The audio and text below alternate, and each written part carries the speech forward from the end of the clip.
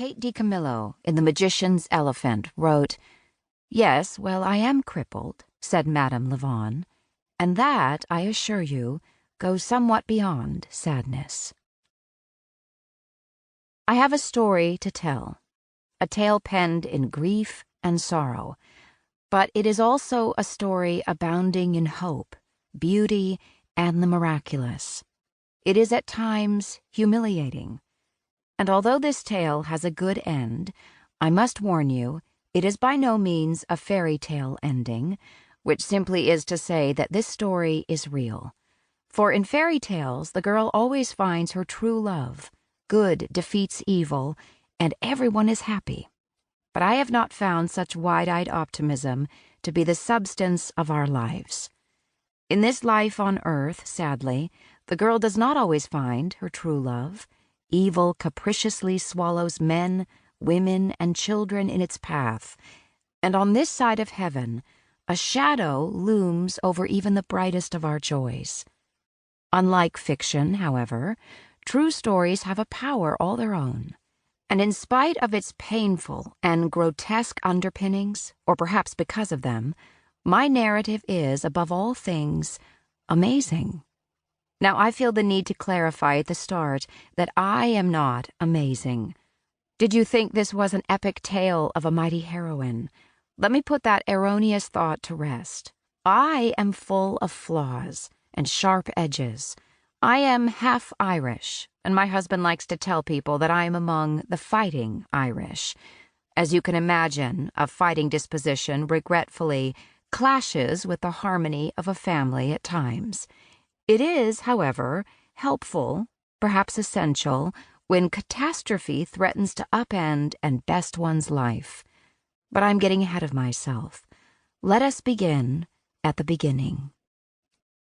My story commences on a Friday, and I think we can agree this is a very good day to start a story. I awoke with that peculiar joy, that little heartfelt bliss that wells up inside you when you sleepily realize today is not just any day. Today is Friday. Friday means I survived the week. Friday dangles the hope of a little extra weekend sleep and some family time traipsing through woodlands, meandering in the open air. And this Friday was brimming with possibilities. To begin with, Grand Rapids, Michigan, was awash in late spring sunshine. For the past several months, we had a visitor, a blustery guest, who had gifted our doorsteps with almost 100 inches of snow. The great thaw had led to a small-scale flood in the lower level of our rented duplex, and I was just beginning to feel dry.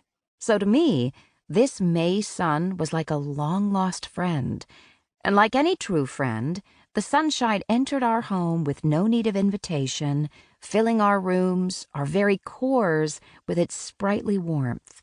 My heart was full, as was my happy agenda for Friday, May 29th, 2009. Now, if I had authored the day's events, they would have gone something like this. 1.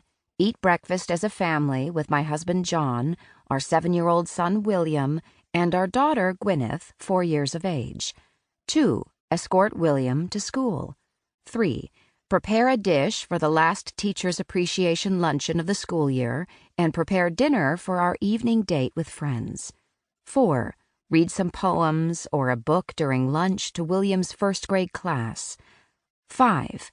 Enjoy the afternoon spring breeze with Gwyneth. Perhaps we could discover some wildflowers, late-blooming tulips, or tadpoles. 6. Dine with some sweet friends. I was especially looking forward to seeing our former neighbors.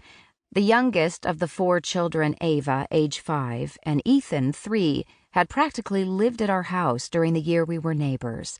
Outgoing, merry, and always entertaining, they were so easy to love. This was the cheerful Friday I'd envisioned. William asked if he could ride his bike to school, so I laced up my well-worn tennis shoes. I didn't grab the jogger stroller because Gwyneth decided to stay home with her daddy.